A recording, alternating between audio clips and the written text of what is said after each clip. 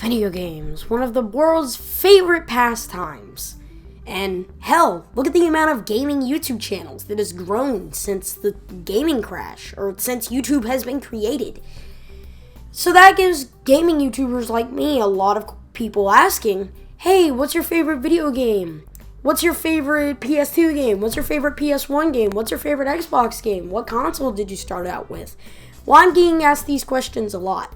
I started out with the original Nintendo Super, or the Super Nintendo, and the PlayStation 2. So, I've compiled a list of my favorite games from those days. Now, these are mostly PS2 games, because that's what I played the most, and they're mostly child-friendly, except for number 3. So, if you're a child, it's not really bad language, it's just blood and gore. Let's get right into the list.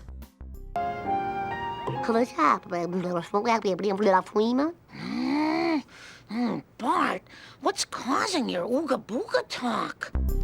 The Simpsons Hit and Run was one of the first, I guess you could call it, open world games I played. It's a game that's a lot like Grand Theft Auto in the fact that you're in a car a lot and you're driving around trying to do missions. The gameplay I have here is of level 4, I think. You fluctuate through different characters of the series. You play as the first level, Homer; the second level, Bart; the third level, Lisa; the fourth level, Marge; the fifth level, Apu; the sixth level, Homer again, I believe. No, the sixth level is Bart, the seventh level is Marge again, and the eighth level is Homer again. So Lisa only got one level and Apu only got one level. But that was okay, because all the characters had very memorable quotes, just as you heard there. And it got addicting. The gameplay was very, very addicting. If you played 20 minutes of this, it wasn't 20 minutes. It was 20 hours. The map never changed, but it never stayed the same. There were coin boxes and bees all hidden about the map. There were Simpsons gags, Simpsons references, and trading cards to keep you going. So after you completed the mission, you had a reason to go back. But I'll start with a rant, and we'll move on to the next game on the list. Number 4. Who lives in a pineapple under the sea? You want to play a good SpongeBob game? Screw all that new stuff. Go back to the PlayStation 2 or the original Xbox and get this game, SpongeBob Battle for Bikini Bottom. It was, again, another open world game, if you could call it that.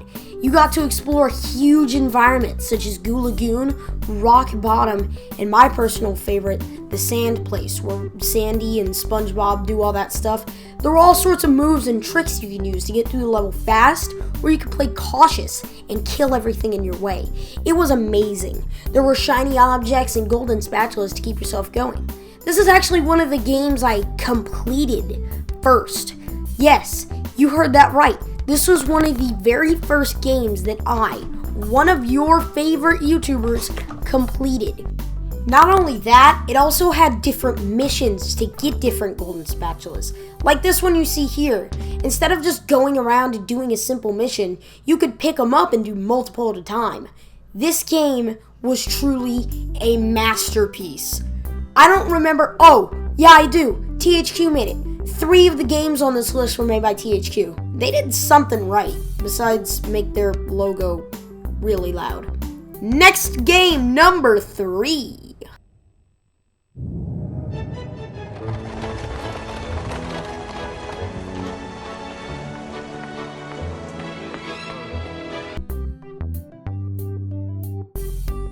I absolutely cannot stand medieval or Western themed games. Except for this one though. I don't know what it is. Medieval 1 and 2 were great games. They had the elements of an RPG and the horror effects of a good horror movie. Well, if you're 8 years old, that is. It had an interesting story. You played as this guy named like Dan or some shit, I don't even friggin' remember. And it got to the point where this game was so scary for me, I hid the disc. We still can't find this stupid disc. We actually spent 3 hours looking for it once, but off that. It's got the elements of an RPG and a hack and slash, and an open world all in one.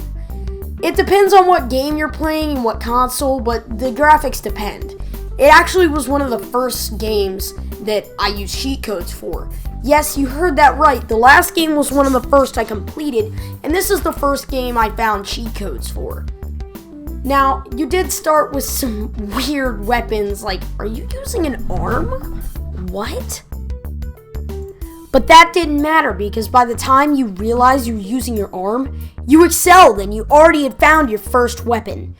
This is gameplay of the second game, which in my opinion had more stuff, better things, and just built off what the first game did. I never beat the second game though. It was way scarier. Like, look at that. If you were 8 years old, you wouldn't be frightened of that zombie. It had keys and doors, and there were more than one ways to beat the level. If I'm not mistaken, you could upgrade your weapons, which you didn't really need to do because 90% of the time you cheated, and it had some amazing graphics for back in the day. Well, enough about this game. We're getting into the top 2, which I know y'all want to see, right? Next game! Also, I forgot to mention the story in this game is absolutely impeccable.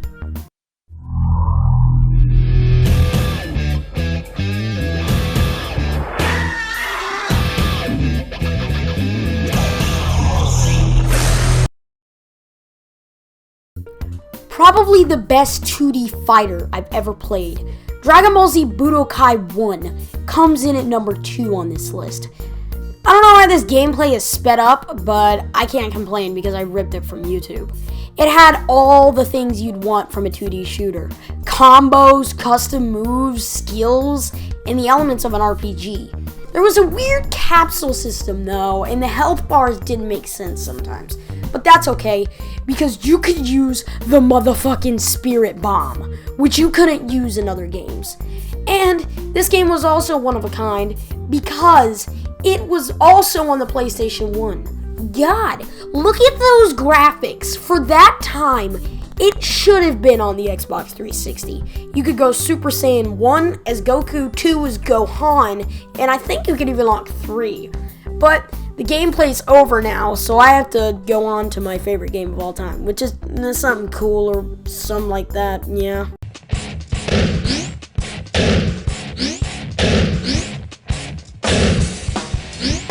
Coming in at number 1 on this list has got to be WWE SmackDown Here Comes the Pain for the PlayStation 2. I know I'm saying PlayStation 2 for all of them at the beginning when I said they were all PlayStation 2. But really, these graphics are amazing. Look at them. Oh my god. Probably the greatest 3D game I've ever played. And it's one of the only ones that has Goldberg in it. That's why I like it so much. Goldberg was the most overpowered character of all time, which very easily made me very good with him. Because if you don't know, I spec into the OP characters. But it wasn't only that. It was the fact that you had multiple characters from SmackDown and Raw to play as. You could do taunts, the story was enveloping, and there were 2 super moves per character. You got a view of your opponent and your body specs, which I know they do in UFC, but for now, we're just gonna focus on this game. There were also way different types of matches. There was the 4x4 cage match where you're each in a cage and every 2 minutes one get released. There's the Hell in a Cell, there's the Royal Rumble, there's fucking everything. So that, guys, was my top 5 list of my favorite games when I was a kid. Let me know down in the comments what your top game was. And if we have the same top game, well, I guess we have the same top game. And I'll see you guys the next time. Bye!